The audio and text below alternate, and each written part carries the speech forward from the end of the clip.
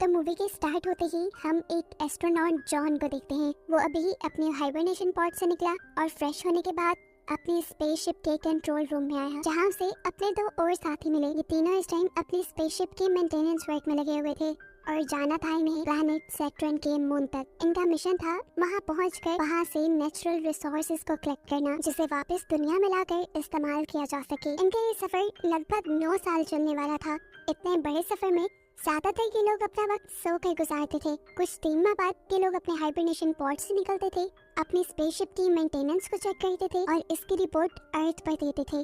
और ये करने के बाद ये लोग 90 दिन के लिए दोबारा सो जाते थे। हाइबरनेशन की इतनी लंबी नींद लेने के लिए इन्हें ड्रग्स का भी इस्तेमाल करना पड़ता था। यहाँ के सारे काम करने के बाद हम देखते हैं कि जॉन कंफ्यूज है। नैश के पूछने पर वो बताता है कि उसे अपनी गर्लफ्रेंड का ना तो फुल नेम याद आ रहा है और ना ही उसे अपनी गर्लफ्रेंड की आवाज याद रही। ये सुनकर नैश उससे कहता है, अरे कोई बात नहीं, हाइबरनेशन के लिए जो हम ड्रग्स लेते हैं ये उसका साइड इफेक्ट है, उसकी वजह से हमें काफी सारी बातें भूल सकते हैं, लेकिन घबराओ नहीं, ये फिर तुम्हें याद आ जाएंगी। खैर अपने स्पेसशिप के सारे सिस्टम चेक करने के बाद जॉन अर्थ पर रिपोर्ट करता है कि यहाँ पर सब ठीक है। ये लोग स्लिंग शॉट के ऊपर ही हैं, यानी उस रास्ते के ऊपर ही हैं जिसपे चलते हुए ये लोग सैटर्न के मून तक पहुंच जाएंगे। अपनी रिपोर्ट देने के बाद इन लोगों को दोबारा सोना था और सोने से पहले जॉन याद करता है कि वो और उसकी गर्लफ्रेंड जोई आखिर पहली मरतबा मिले कब थे और किस तरह मिले थे। जोई उसकी ऑफिस कलीग और उसकी मिशन ट्रेनर थी। ये सब याद करते हुए आखिर उसे जोई का पूरा नाम भी याद आ जाता है, जिसके बाद वो दोबारा अपने हाइबरनेशन पॉड में सो जाता है।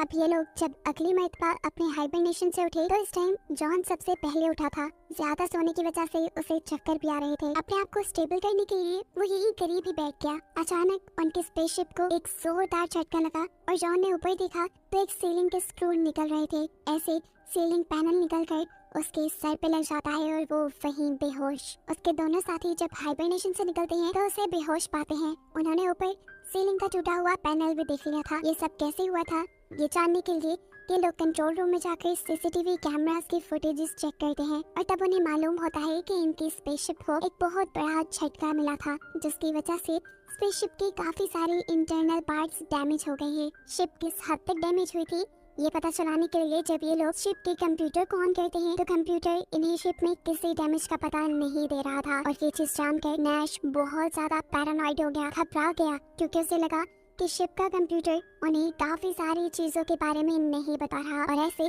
किसी भी मुश्किल वक्त में उनकी जान खतरे में पड़ सकती है। अब नैश का मानना था कि ये शिप आगे सफर करने के काबिल नहीं रही और अगर ये लोग स्लिंग शॉट को कंटिन्यू करते हुए सैटर्न के मून तक पहुंचने की कोशिश करते भी हैं तो रास्ते में ही ये लोग मारे जाएंगे। जॉन के होश आने पर नैश ये बात जॉन को भी बताता है कि अब उनकी शिप आगे सफर करने के काबिल नहीं रही। उनकी शिप में कुछ बहुत बड़े फॉल्ट्स हैं। ऐसे में ये सफर कंटिन्यू करते हैं तो ये मारे जाएंगे। उसने ये चीज अपने कैप्टन फ्रैंक से भी डिस्कस की थी, लेकिन फ्रैंक ने वापस अर्थ पे जाने से मना कर दिया। वो जॉन से कहता है, तुम यकीन मानो मेरा, हमारी जान खतरे में है। हमारे पास एक ही रास्ता है, वो बस ये कि हम नेक्स्ट हाइबरनेशन में कैप्टन से 12 घंटे पहले उठ जाएंगे और शिप को रीप्रोग्राम करके स्लिंग शॉट अर्थ की तरफ कर देंगे। जॉन नैश की बात मानने को तैयार हो जाता है, लेकिन सिर्फ इस शर्त पर कि वो पहले खुद हर चीज की जांच करेगा और अगर उसके कहे के मुताबिक सचमुच इस शिप के अंदर कुछ गड़बड़ है तो ही बस वो नैश की मदद करेगा। अब प्लान के मुताबिक अगली मरतबा ये लोग 12 घंटे पहले उठ जाते हैं। नैश की हालत इस टाइम शदीद खराब थी। वो बहुत ज्यादा पैनिक हुआ था क्योंकि उसे लग रहा था कि शिप का सिस्टम अब काम नहीं कर रहा और ये लोग जल्द ही मर जाएंगे। लेकिन यहाँ पर जॉन उसे काम डाउन करता है और फिर शिप के सारे सिस्टम को खुद चेक करता है। उसके मुताबिक शिप में कोई ऐसा मसला नहीं था जिसकी वजह से ये अपने मिशन को दरमियान में छोड़ देते। अभी ये दोनों ये बातें ही कर रहे थे कि अचानक उनके पीछे कैप्टन फ्रैंक भी आ गए, जिन्हें देखकर ये दोनों घबरा गए क्योंकि उनके जागने में अभी काफी वक्त था। कैप्टन फ्रैंक तब इन्हें बताते हैं कि पिछली मर्तबा किचन में बैठकर जब ये लोग बातें कर रहे थे तो उनकी सारी बातें कैप्टन फ्रैंक ने सुन ली थी और इन्हीं की तरह उन्होंने भी अपना हाइबरनेशन पॉड से निकलने का टाइम 12 घंटे पहले का ही सेट कर लिया था। अब फ्रैंक जॉन को बताते हैं कि शिप में ऐसा कोई मसला नहीं है जिसकी वजह से उन्हें ये मिशन अबॉर्ट करना पड़े। जॉन भी उनकी हाँ में हाँ मिलाता है और यहाँ फ्रैंक उससे प्रॉमिस करते हैं अगर मिशन में कोई भी प्रॉब्लम हुई तो मैं खुद इस स्पेसशिप को दोबारा अर्थ की तरफ मोड़ूंगा। वो लोग ये बात कर रहे थे, दूसरी तरफ हम देखते हैं कि नैश की हालत बिगड़ चुकी है। वो पैनिक कर रहा है क्योंकि उसे लग रहा है कि अगर वो लोग अपने मिशन को कंटिन्यू रखते हैं तो जल्द ही वो मर जाएंगे। उन्हें फौरन अर्थ पे वापस चले जाना चाहिए। उसकी ऐसी हालत को फ्रैंक आकर जबरदस्ती बुरी तरीके से कंट्रोल करता है और जबकि अब थोड़ी देर बाद हम देखते हैं कि जॉन की भी हालत बिगड़ने लगी थी। उसे भी अब ऐसे हेलुसिनेशंस हो रहे थे कि जैसे उसकी गर्लफ्रेंड सोई इस स्पेसशिप में उसके साथ ही हो। हालांकि वो जानता था कि ये सब सच नहीं है। अब वो उस सीलिंग पैनल के नीचे से गुजरता है जिसकी वजह से वो पहले बेहोश हुआ था। उस सीलिंग पैनल को उसके एक साथी ने जोड़ दिया था। नैश की बातों को सोचते हुए वो इस सीलिंग पैनल को खोलता है और चेक करने के लिए जाता है कि आखिर खराबी हुई भी थी या नहीं। अंदर जाने पे उसने देखा कि काफी सारी तारें स्पार्क कर रही थी। इससे पहले कि वो कुछ कर पाता, इस स्पार्क की वजह से वहाँ एक बहुत बड़ा डैमेज हो जाता है और स्पेसशिप बाहर की तरफ से टूट जाती है। अंदर की ग्रेविटी अब यहाँ वर्क नहीं कर रही थी। बाहर से आने वाला प्रेशर तेजी से जॉन को अपनी तरफ खींच रहा था, लेकिन जॉन यहाँ स्पेसशिप के कुछ पार्ट्स पकड़कर अपने आप को स्पेसशिप के अंदर रखने की कोशिश में था। लेकिन जल्द ही वो अपने आप को बचाने में नाकाम रहा और एकदम से स्पेसशिप के बाहर स्पेस में गिर गया। उसके बाहर गिरते ही यहाँ असल में जॉन को होश आता है और हमें मालूम होता है कि ये सब जो अभी हमने देखा वो सिर्फ जॉन की हेलुसिनेशंस थी। ये लोग अब अपने हाइबरनेशन पॉड के अंदर वापस चले जाते हैं। जब अगली बार ये लोग उठे तो इन्हें मालूम हुआ कि इनके मिशन का पीक टाइम आ चुका है। इन्हें अब अपना स्लिंग शॉट चेंज करना था। यानी जिस ऑर्बिट जिस पाथ के ऊपर ये लोग सफर कर रहे थे इन्हें वो चेंज करना था। नैश इस सब के हक में नहीं था क्योंकि उसे लग रहा था कि उसकी स्पेसशिप के अंदर कुछ ना कुछ गड़बड़ है। लेकिन कैप्टन फ्रैंक और जॉन ये मिशन दरमियान में छोड़ने के हक में नहीं थे, इसलिए वो दोनों अकेले ही सारी कैलकुलेशंस करते हैं और फिर स्लिंग शॉट चेंज कर देते हैं। उनकी स्पेसशिप में एक बहुत बड़ा झटका आता है और स्पेसशिप में बहुत सारे अलार्म बजने लगते हैं। स्पेसशिप का सिस्टम ओवरलोड होने के सिग्नल्स दे रहा था, लेकिन तब भी कैप्टन फ्रैंक ने ये मिशन रोका नहीं और इसे कंटिन्यू रखने के लिए बटन दबा दिया। नैश को लगा बस अब ये लोग मर जाएंगे, लेकिन अगले ही पल इन्हें मालूम हुआ कि ये लोग सेफली अपना स्लिंग शॉट यानी अपना पाथ चेंज कर चुके हैं। ये उनके लिए एक बहुत बड़ी कामयाबी थी जिसे ये लोग यहाँ पर सेलिब्रेट भी करते हैं। आगे कुछ दिनों के लिए इन्हें अपने पाथ के ऊपर नजर रखने के लिए जागते रहना था। अपना माइंड डाइवर्ट करने के लिए जॉन यहाँ पे एक्सरसाइज करता है और अपने आप को ज्यादा से ज्यादा बिजी रखने की कोशिश करता है, लेकिन अब उसकी दिमागी हालत उसे ज्यादा कुछ करने दे नहीं रही थी। उसे हेलुसिनेशंस होने लगे थे, ऐसे जैसे सोई उसके आगे पीछे हो। तब कैप्टन फ्रैंक उसे यकीन दिलाते हैं कि सोई यहाँ स्पेसशिप के अंदर नहीं है। दूसरी तरफ एक खाली जगह के अंदर हम नैश को देखते हैं जिसकी हालत अब बिगड़ती जा रही थी।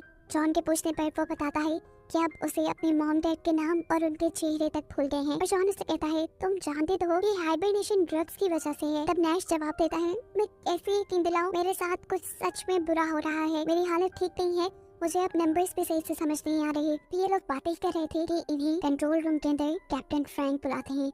वहाँ पर उनकी कैलकुलेशन में कुछ खराबी आ रही थी जो उनके स्लिंग शॉट को चेंज कर सकती थी। जॉन और नैश मिलकर यहाँ इन कैलकुलेशंस को ठीक करते हैं और फिर नैश इन्हें बताता है कि इनके सिस्टम का लो लेवल कमांड रिएक्टर खराब हो रहा है और ये सारी प्रॉब्लम्स उसी की वजह से हो रही हैं। ये बात तो अब जॉन भी जान गया था और हालत उसकी भी खराब हो रही थी। कैप्टन फ्रैंक जानते थे कि ये दोनों वापस अर्थ पे जाने की बात करेंगे, इसीलिए वो यहाँ पर अपनी गन निकाल देते हैं और इन दोनों को ब्लैकमेल करते हुए इनके हाइबरनेशन पॉड में जाने को कहते हैं। जॉन तो उनकी बात मानते हुए हाइबरनेशन पॉड में चला जाता है, लेकिन जाने से पहले उसने देखा कि फ्रैंक नैश को टॉर्चर कर रहा था। फ्रैंक ने नैश के सर के ऊपर एक गन से हमला किया और वो आकर जॉन के हाइबरनेशन पॉड के ऊपर गिरा। इसके बाद क्या हुआ वो जॉन नहीं देख पाया क्योंकि वो सो गया था। अगले मर्तबा जब जॉन हाइबरनेशन पॉड से उठा तो उसे यहाँ कोई नजर नहीं आया। एकदम से उसके पीछे कैप्टन फ्रैंक आ गए, जिनसे उसने नैश के बारे में पूछा तो फ्रैंक ने बताया कि नैश बहुत ज्यादा अनस्टेबल हो गया था, इसीलिए मुझे जबरदस्ती उसे हाइबरनेशन पॉड के अंदर कैद करना पड़ा है। ये बात करके जॉन अपने काम पे लग जाता है, यानी अपनी शिप के मेंटेनेंस वर्क में लग जाता है, जहाँ बैठकर उसने नोटिस किया कि उसका बाजू अजीब तरीके से नीला पड़ा था। शायद ये उसकी हाइबरनेशन ड्रग्स का असर था। एकदम से उसका बाजू काला होते होते आगे फट जाता है और अजीब सी एलियन की तरह की शक्ल ले लेता है, जो देखकर जॉन खुद भी डर गया। लेकिन अगले ही लम्हे उसे पता चला कि ये भी सिर्फ उसकी हेलुसिनेशन थी। उसका बाजू बिल्कुल ठीक था। अब जॉन को बार बार पहले की तरह ही जोई के भी हेलुसिनेशंस आ रहे थे। वो जोई से बहुत प्यार करता था, शायद इसलिए वो उसके माइंड से निकल ही नहीं रही थी। और तब फ्रैंक उसे एक बहुत ही दर्दनाक हकीकत बताता है, वो ये कि उसका और जोई का रिलेशन कभी था ही नहीं। असल में जोई उनकी मिशन ट्रेनर थी और कंपनी ने उसे जॉन से पब्लिक प्लेसेस में मिलने को इसलिए कहा था ताकि वो जॉन की मेंटल हेल्थ के बारे में पता चला सके और ये जान पाए क्या वो इस मिशन के लिए सूटेबल है या नहीं। ये बात सुनकर जॉन गुस्से से पागल हो जाता है और फ्रैंक से कहता है तुम कौन होते हो मेरे या मेरी लाइफ के बारे में कुछ भी कमेंट करने वाले, प्लीज मेरे पर्सनल मामला से दूर रहो। जॉन अब वापस कंट्रोल रूम की तरफ आ गया था क्योंकि उसे अपना रेडियो सिस्टम मेंटेन करना था। वो अपने पूरा ध्यान लगाकर काम करना चाहता था, पर जोई और उसकी यादें उसे बार बार डिस्टर्ब कर रही थी। अभी वो इन सारी सोचों में उलझा हुआ था कि तभी उसे रेडियो के जरिए कोई कांटेक्ट करता है और उससे बहुत सारे सवाल पूछता है। इससे पहले कि जॉन किसी एक भी सवाल का जवाब दे पाता, ये कॉल डिस्कनेक्ट हो जाती है और फौरन फ्रैंक उसके पास आता है और पूछता है, तुम किससे बातें कर रहे थे? जॉन यहाँ कुछ नहीं बोलता और तब फ्रैंक उसे कहता है, चलो अच्छा, अब तुम्हारा दोबारा हाइबरनेशन साइकिल में जाने का टाइम हो गया है। जॉन अभी दोबारा हाइबरनेशन में नहीं जाना चाहता था, लेकिन वो ये भी जानता था कि कैप्टन फ्रैंक अपनी बात मनवाने के लिए किस हद तक जा सकते हैं। इसीलिए वो फ्रैंक को कंट्रोल रूम के अंदर ही बंद कर देता है और उससे कहता है, मैं तभी हाइबरनेशन पॉड में जाऊंगा जब तुम मुझे नैश से मिलवाओगे। तब फ्रैंक कहता है, पागल हो गए हो, मैं उसके हाइबरनेशन साइकिल को डिस्टर्ब नहीं कर सकता, ऐसे में कुछ भी गलत होने का खतरा है। तो मेरी बात मानो, अभी तुम जाकर सो जाओ, अगली मर्तबा जब तुम उठोगे तो मैं तुम्हें उससे मिलवा दूंगा। अभी हम दोनों के लिए यही बेहतर है कि जब तक हम सैटर्न के मुंह तक ना पहुंच जाएं, उसे ना ही जगाया जाए। यहाँ बातों में भला फुसला कर फ्रैंक जॉन से अपना दरवाजा खुलवा लेता है और फिर फौरन ही उसके ऊपर गन पॉइंट करके उसे जबरदस्ती हाइबरनेशन पॉड में जाने को कहता है। जॉन ने देखा था कि किस तरह जब नैश ने उसकी बात नहीं मानी थी तो फ्रैंक ने उसके ऊपर हमला कर दिया था। अब पहले से ही अपने आप को बचाने के लिए वो यहाँ फ्रैंक से ही लड़ने लग जाता है, उसके हाथ से उसका वेपन लेने के लिए। इन दोनों के दरमियान में अच्छी खासी लड़ाई शुरू हो जाती है और ये गन लेने के चक्कर में जॉन फ्रैंक का नाक तक तोड़ देता है, जिसकी वजह से वो बेहोश भी हो गया था। उसे अब पागलों की तरह हेलुसिनेशंस आ रहे थे, जोई के और डिफरेंट चीजों के। वो सब चीजों से ध्यान हटाकर दोबारा कंट्रोल रूम में जाता है और सीसीटीवी फुटेजेस के जरिए नैश को ढूंढने की कोशिश करता है। इससे पहले कि वो नैश को ढूंढ पाता, यहाँ दोबारा फ्रैंक आ गया। फ्रैंक उसके ऊपर हमला करने ही वाला था, लेकिन जॉन ने उससे पहले ही फ्रैंक के ऊपर हमला करके उसे इतना मारा कि वो जान से ही मर गया। वो अब इस शिप में और कुछ गलत होने नहीं देना चाहता था। दोबारा वो कंट्रोल पैनल तक गया और उसने एआई से अपने बाकी क्रू मेंबर्स के बारे में पूछा और ये जानकर तो उसके होश ही उड़ गए कि इस शिप में कोई और क्रू मेंबर था ही नहीं। शुरू से अब तक इस शिप के अंदर सिर्फ एक ही क्रू मेंबर है और वो खुद है जॉन। अब जॉन एआई से जब अपना पूरा नाम पूछता है तो उसे पता चलता है कि उसका पूरा नाम जॉन फ्रैंक नैश था और अभी तक जो दो कैरेक्टर यानी नैश और फ्रैंक हम देखते आ रहे थे, वो दोनों ही उसकी हेलुसिनेशंस का पार्ट थे। और जैसे ही ये सारी हकीकत जॉन को पता चलती है कि अभी तक उसे हेलुसिनेशंस हो रहे थे और वो इस शिप के अंदर सिर्फ अकेला है, तो वो पूरी तरह टूट जाता है। अब उसने अर्थ से कांटेक्ट किया क्योंकि उसे समझ नहीं आ रही थी उसके साथ क्या हो रहा है। हैरान कर देने वाली बात ये थी कि दूसरी तरफ से जोई ही जवाब देती है। असल में उनके सिस्टम में कुछ प्रॉब्लम हो गई थी, जिसकी वजह से जॉन को हाइबरनेशन ड्रग एक मर्तबा ज्यादा दे दी गई और इसी की वजह से वो अब तक हेलुसिनेट कर रहा था। ये सारी बात जानने के बाद वो जोई से कहता है कि बस वो अब इस मिशन को और कंटिन्यू नहीं करना चाहता, वो अर्थ पे वापस आना चाहता है। और तब एक और शॉकिंग ट्विस्ट उसे ये पता चलता है कि वो अभी तक किसी स्पेसशिप के अंदर था ही नहीं और ना ही वो कोई स्पेस ट्रैवल कर रहा था। उसे स्पेस ट्रैवल की ट्रेनिंग देने के लिए एक फैसिलिटी के अंदर रखा गया था जो बिल्कुल एक स्पेसशिप जैसी थी। इस फैसिलिटी के इस खास कंपार्टमेंट को, जो कि बिल्कुल स्पेसशिप की तरह बनाया गया था, उसे जमीन के तकरीबन 1000 फीट अंदर की तरफ बनाया गया था ताकि हाइबरनेशन ड्रग और हाइबरनेशन के सारे इफेक्ट्स अच्छी तरह पता चल पाए। जॉन इन सब चीजों को लेकर बुरी तरह कंफ्यूज था। वो जोई से बताता है कि वो स्पेस में इस टाइम जुपिटर को देख पा रहा है, उसके सामने स्लिंग शॉट है। तो यहाँ जोई उसे बताती है कि ये सब भी जो उसे नजर आ रहा है वो उसकी हेलुसिनेशन का ही एक पार्ट है। इन्हीं की बातों से हमें पता चलता है जो एक मरतबा पहले शिप में झटका लगा था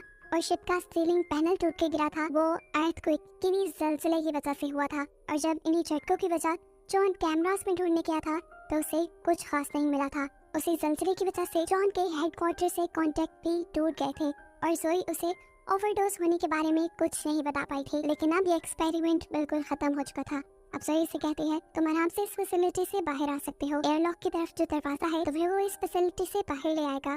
जोई के कहने के मुताबिक अब वो भी दरवाजा खोल के जैसे ही बाहर जाने लगता है तो एक और मर्तबा फ्रैंक उसके सामने आ गया। फ्रैंक ने उसे बाहर जाने से मना किया, उसे वार्न किया कि बाहर मत जाओ, लेकिन जॉन को लगा कि शायद वो अभी भी हेलुसिनेट कर रहा है, इसीलिए वो बाहर आ गया। बाहर एक टूटी बिखरी सी जगह थी, उसके इर्द गिर्द एक मैकेनिकल सिस्टम बना हुआ था और रेडियो से जोई से कह रही थी, तुम हमारे ऊपर बिलीव रखो, तुम्हें यहाँ से बाहर निकाल दिया जाएगा। इससे पहले कि वो आगे बढ़ जाता, उसके सामने एक बंद दरवाजा आ जाता है और इस टाइम उसे रियलाइज होता है कि अभी जो सब उसने सुना और देखा वो उसकी हेलुसिनेशन थी। वो सच में एक स्पेस मिशन के अंदर स्पेस में ही था अभी तक। और बस यही बताते हुए ये कहानी यहाँ खत्म हो जाती है।